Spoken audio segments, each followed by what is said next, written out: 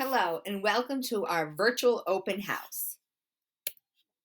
So, first, I'm going to introduce you a little bit to myself. So, here's a video that I created, and here it goes. Hi, welcome to our virtual Meet the Teachers Night. Well, you've reached me. My name is Mrs. Morin, Mrs. Amy Morin. I teach 7th grade social studies here at Martin Middle School. I have taught 6th and 8th grade, so some of you might have had other children that have had me in different grades, but you're landed in the right spot. I teach 7th grade now. I am an East Providence resident. I have 2 children that attend East Providence schools. I have an 8th grader at Riverside, and I have a 5th grader at Waddington Elementary School. So I take great pride in this city's education.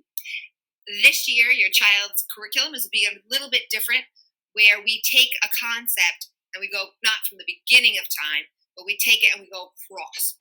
So, for instance, one of our topics is human rights. So we'll talk about everything from Native Americans, and then we'll slowly go through and see how other groups of people have been affected over time. So it allows us to have a lot of conversation. A lot of relates to how we can see things in the past and how we see them today. For instance, just the changing of sports teams. We're talking about how people were treated many years ago, and now we're seeing the reflection right here in 2021. So it's great conversation pieces that we have with kids, which is great to see that higher level thinking, which leads us to such an initiative here at Martin Middle School, which is our new writing program, which is SRSD. It's a program that's been used in a couple of school systems throughout Rhode Island, very comparable to East Providence, and they've seen great results. So this year, the ELA is really stressing it, and the social studies teachers are going to be piggybacking on that, the concepts and the way that writing is taught. So hopefully we're all going to see some real growth in writing, which I have to be, as a teacher of 23 years, think that was one of the things that was probably hit really hard, being able to teach writing from a distance. So we're really excited to see that improve this year. I'm going to reach out to you at any time that I feel like I need to reach out to you, but in turn, please don't hesitate. We want your kids to have a great experience in school. We want them to learn. We want them to be happy. As I tell my own children, all parents want happy kids. So if there's anything that we can do to help assist that and make school a great experience, please reach out. It's amorin@epschools.ri.com. If I know you can't make it, or maybe not comfortable coming into the schools for whatever reason, please reach out. We can have Google Meets with you. We can reach out and have meetings. So please, let's just keep that open line of communication going, as we know school is yet still not as normal as we would like it to be. So once again, I also want to let you know I'm pretty bummed that my daughter, who's an 8th grader, is not in 7th grade, because these are some of the nicest kids I have seen. So you have a great group of kids. So I'm super, super excited, and I look forward to a great year, and I hope your kids are off to a great start. Thanks again for watching my video, and I hope you have a great day, night. Just make the most of it. Every day is an amazing day. Okay, so now you just got to see what I look like. Now we will continue. Oops, I don't want Hi, to watch welcome that to our video virtual again. Meet the Teachers Night. I Well, you've reached me. apologize. My name. Let's see if I can get to the next slide. There we go. Okay, so the next, I went too far. Right here, I'm going to show you some pictures here of my classroom.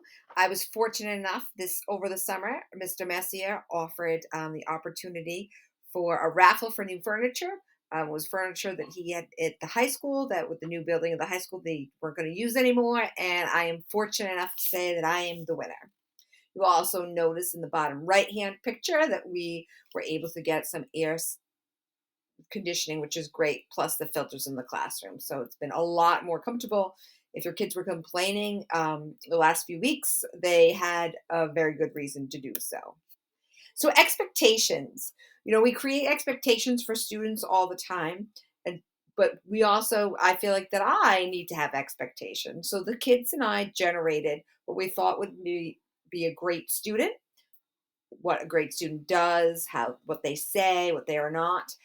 And we also came up with a list of things what they thought a great teacher was. And I thought it was interesting. Some of the things that the kids wanted was a teacher that gave good advice, a teacher that actually updated Skyward on a regular basis, a teacher that did not have favorites, was not a yeller. So once again, we create expectations for not only the students in the classroom, but for myself to continue the school year and to make us have a successful year. Next, we'll talk about the content. Okay, as we discussed, we take a linear approach to history. Is usually taught in a more traditional setting. We do a concept-based curriculum for history. We allow for more opportunities for students to practice critical thinking, which I basically described in my earlier video. So the units that we're going to discuss, we're going to start off with American government today. So we talk about everything as early as the Constitution, and we'll bring it forward to learn about the three branches of government, the election process. This was actually really cool to teach last year because we had an election, but I think we can, of course, make it just as much fun this year. Then we'll talk about human rights, the development and change in American culture. We'll go to America from isolation to world power, where some of my kids absolutely love when we get to talk about World War I and World War II. I put asterisks next to the last one because even though it is considered a unit, we've been very hard to get that far. So that is our goal. So we will see if we make it. Next is our grading policy. Okay, 10% is for homework, 40% is for classwork, and 50% is for assessment. I do give homework here or there. You will not get it nightly. Lastly, second to last, is school information. Just so you're aware, we do some things as a school. One of them is Mondays. We have college Mondays where I wear college gear because I'm Rhode Island born and Rhode Island bred. So I wear my roadie gear. Certain kids wear all different things. So if you have the opportunity to do so, that's great. If not, I know it's a lot easier to do the Wednesdays, which is the Wildcat Pride. We do have a school bookstore. I'm not sure when it's going to be open yet, but I will look into that for your students if they want to purchase a shirt there. If not, just simply wearing blue, white, just shows that you have some Wildcat pride. And lastly, I did discuss that we have our new writing program that we are just working on getting it up and running. So be on the lookout for that.